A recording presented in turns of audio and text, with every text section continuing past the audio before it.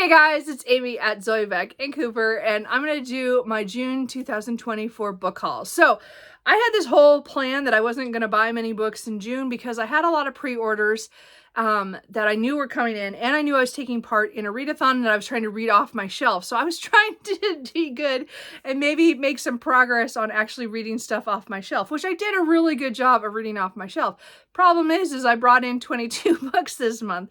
Most of them are used, so I'm going to give myself kudos for that. Only 9 of the books are new books.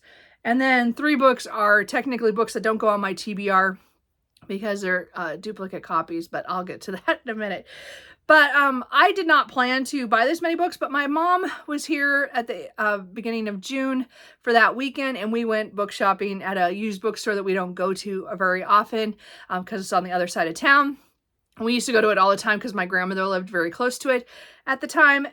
So we bought, and they had some sale. I can't remember if it was buy 3 get 2 free. It was like some used sale. Anyway, the point is I bought 10 books the first day of June, and that pretty much ruined whatever I was trying to do with being good. So anyway, I'm going to go through the books. I'll start with the used books first because there's a lot of them, and then we'll get to the other books. So the first 7 I got, is it 7? Yes, are books from the Argonaut Vampire series by Lynsay Sands. So I am collecting those because I'm like 12 or 13 books in. I don't remember what number I'm on.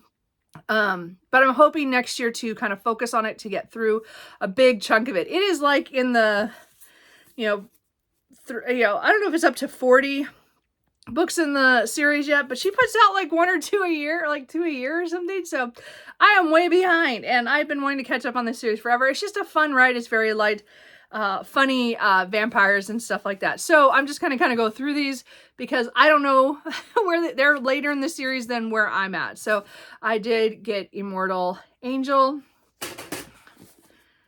After the Bite, Mile High with a Vampire. Sorry, it makes me laugh. Anyway, Immortal Rising, Twice Bitten.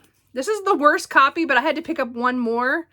And, oh well, can't have everything. Vampires Like It Hot, and Meant to Be Immortal. So some of these, I'm trying to figure out which ones they are. Some of them have like a step back, like just a little one, like mostly just a scene, like there's no people. I think that was it.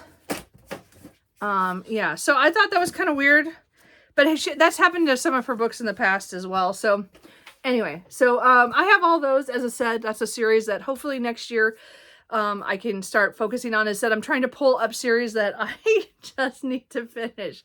So I did get a couple other ones. I did also get So I Married a Sorcerer by Carolyn Sparks. I think actually this is book 2 in this series, but I have been reading Carolyn Sparks with Bernard Bernard's Bookish Adventures, and we've been reading the Love at Stake series. I think this is a different series. I don't know the name of this series, but it has like, I think the first one was How to Tame a Beast in 7 Days. I don't know. It's like supposed to be another kind of more fantasy series, like I think. I thought so. I didn't think there's urban fantasy. I don't remember. I don't know. I bought it because I'll probably read more of Carolyn Sparks in the future after I finish the Love at Stake series. I was trying to find books for that deal, so that's what I got. At the other bookstore that I go to here in Beaverton, I got God Save the Queen by Katie Locke. So this is the first book in the Immortal Empire series. So I've been wanting to read this for years. I have it on ebook, and it's one of those ones that just kind of died on the Kindle because I just never think about it. 2012 it came out. I bet I got this when it came out on a sale on my Kindle. So I do have the Kindle version, but there's this, and I had credit at this other bookstore, so I did buy this. This is again, this is a Victorian alternate history where there are the undead. The queen is undead. And I think the main character is part of the Royal Guard. That's about all I know. This is I think it's only a trilogy. So if I like it, I'll get the other 2 books. But it's what I've always wanted to read, and I just never got around to it. I did get A Master of Jinn by P. Djeli Clark. I've been wanting to read this for a while. I really like The other books in this series that I've read either from the library or on my Kindle, but this is the novel in this. The Haunting of Tramcar 015 was the novella that I read first. So this is following a character from a dead djinn in Cairo, I believe. And then, so this is in the 1912 alternate history where something, djinn appeared at some point because somebody did something wrong. And this is, there's a mystery involved in this one too. I've been wanting to get to this, but I got it when I was at Powell's when I was selling books. I think I got it then. I don't remember when I went to Powell's, but, or when I went, maybe I did that when I went to buy my dad, the Father's Day gift. So anyway, I did get that. So I've been wanting to get that. I think I have the audiobook as well, but I wanted a physical copy. I had credit. No big deal. And then, just real quick, the series that I bought duplicate copies of, if you saw my vlogs, you would see this. I did buy these versions of The Memory, Sorrow, and Thorn by Tad Williams. Tad Williams is one of my favorite authors, favorite epic fantasy authors, and I just adore Memory, Sorrow, and Thorn. And I've been wanting to buy these books forever, but I wouldn't let myself because I had the paperbacks and the old hardbacks that I had when I was, when I first read them in high school. And the paperbacks came later, but I still collected them. So I already have 2 sets of these of Memory, Sorrow, and Thorn, but I just could not help myself. So I, because they were in such good condition, I found the first, did I find the first and the second one? So Dragonbone Chair and Stone of Farewell. Again, these are, I would say these are my favorite epic fantasy books, and I'm really looking forward to the completion of the second part of this series, The Last King of Ostenard. The last book comes out in October or November. So I'm planning a reread of the last, that section. But these ones I've already reread last year or the year before, so I don't need to reread these yet. But I have these real good copies. And then I did go on eBay and find the last one, to Green Angel Tower, which again is a chunk, which is pretty much 2 books in one. But I just love the sword copy. If you know what Memory, Sorrow, and Thorn, it has to do with swords, certain powerful swords, and a young man named Simon who is pulled into all the magic that is going on in the world and all the dangers that come with living in the capital of the area of the land. Anyway, I really enjoy, again, it's my favorite series. If you ever want to know what my favorite epic fantasy series is, Memory, Sorrow, and Thorn, and continuing on to The Last King of Ostenard. Anything with Ostenard is my favorite. Tad Williams is just a great author. Anyway, so those are all the used stuff. So then I got 2 books that I said, I think I had used credit. The last of my gift cards that I had that I'd gotten from work at some point for different things from Christmas on, I kind of held them. I don't know. I think I was waiting for May, my birthday month, where I used most of it, but I had a little bit extra. So I got Blood and Steel by Helen. Sure. I don't know how you say that. This is the first book in the Legends of Thesmar.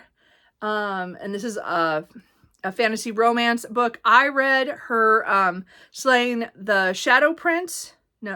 Shadow Prince, during, June, and I wanted to read that because I'd already owned that one because I bought all that series, which is the Mortal Enemies to Monster Lovers, I think is the series, which has different authors in it. So it was the first one I read of that series and first one by this author, and I really enjoyed it. And it's kind of lightly connected. It is connected.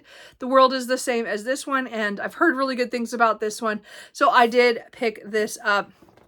This indie published book. So I'm looking forward to, I don't know anything about I think the main character, women are not supposed to pick up weapons. There's some kind of prophecy or something. And she wants to pick, that's all she wants to do. So another warrior, Wilder, I think his name is, I don't know. He helps her. He's a warrior of some sort. I can't remember the name right now.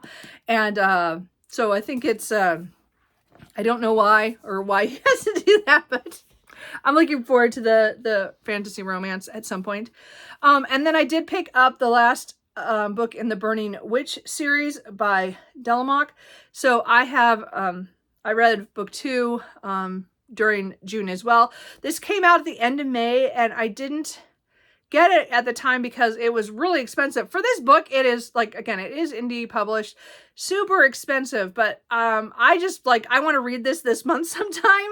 So the reason I put it on I just used the last of my gift cards, and then I had to pay a couple extra dollars because I'm like, I just need this book. So technically I paid $6 for this $32 book because I was just like, I just need this book. Anyway, so this is fantasy. It's on the cozy side with the House Witch, but the world kind of grows and stuff, and there's a lot of political stuff, and but it's not like super political. I don't mean, it's just these people are caught up kind of in things beyond their control. And in The Burning Witch is the next generation, and it's one of the daughters from some of the characters and a son from some of the characters from the first book, first trilogy. And they go to this other country that they've had hostilities with due to a marriage. And so they are there, and then they're finding feelings for each other that are inconvenient for what they want to do and what their life thinks. And there's also people out to get them, as well as maybe somebody a little darker than that. Maybe two. We're not sure. Anyway, I'm really looking forward to the conclusion of that series. So I had to buy that.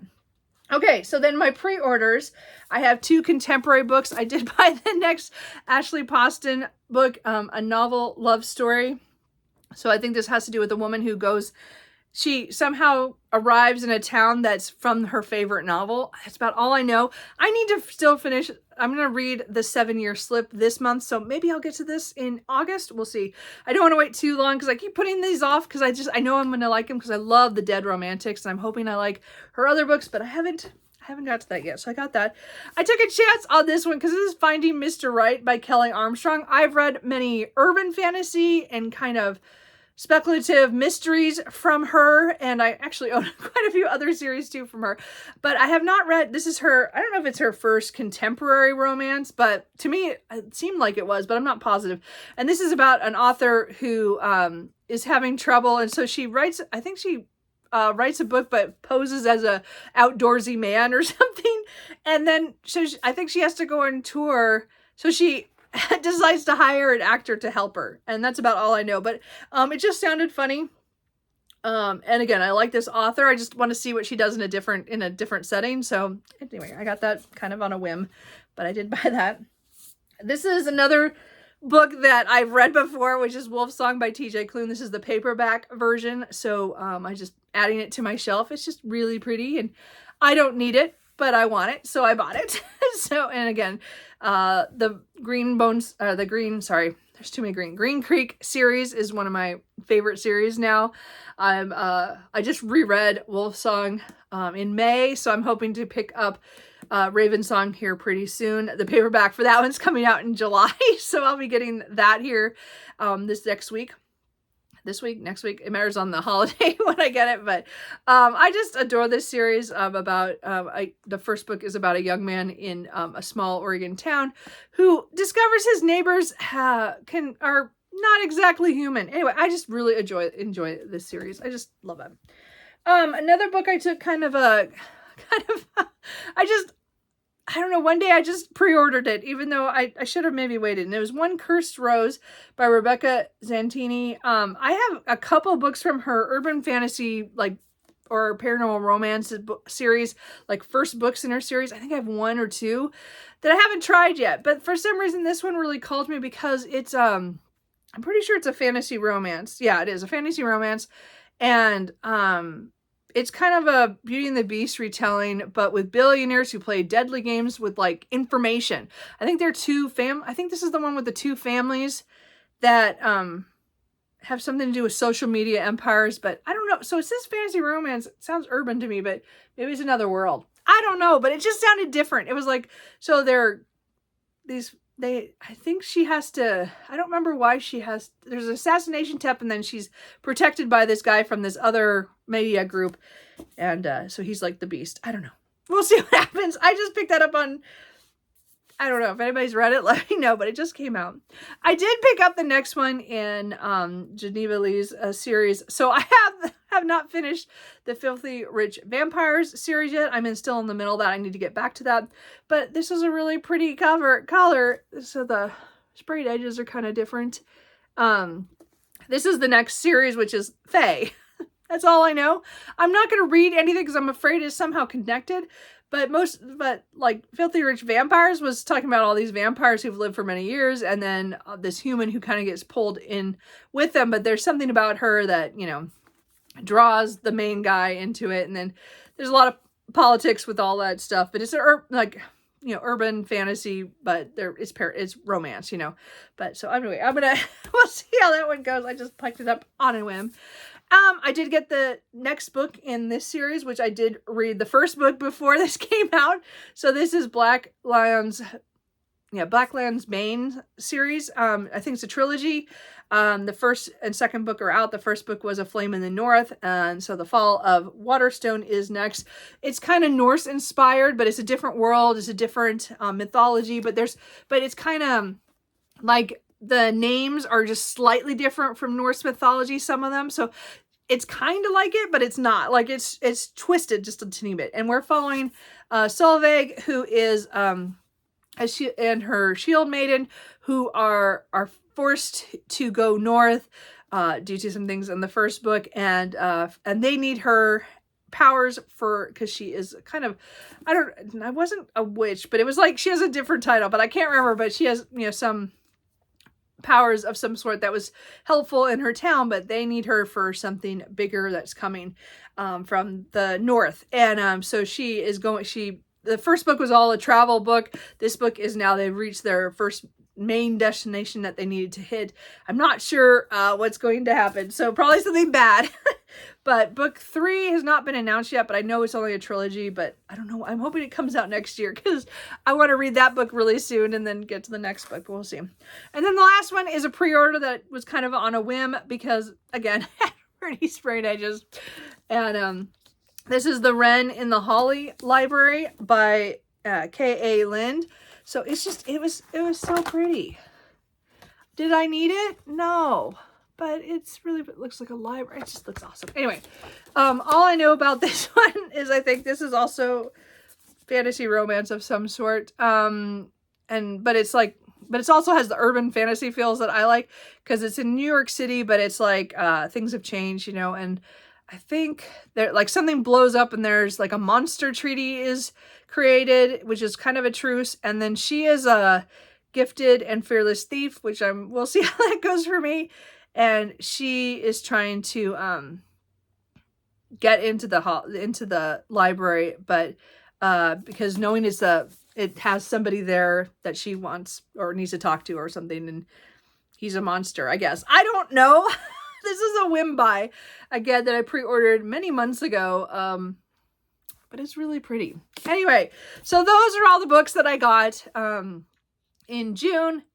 Yeah, it was a little bit more than I expected because it had all those, I mean, the pre-orders I knew were coming. And again, the couple books that I bought with my gift cards for Amazon. But mostly everything, those, like over half of them were not books I intended to buy. But again, I was with my mom, so I'm going to give that a pass. So, we'll see how I do in July. It's a little too early to tell. So far, I'm looking good, but, you know, it's only a couple days into July, so I can't say how much I'll buy. So, anyway, did you guys get anything good? Let me know. If any of these you think I need to read sooner rather than later, let me know. Anyway, I will talk to you guys later. Bye.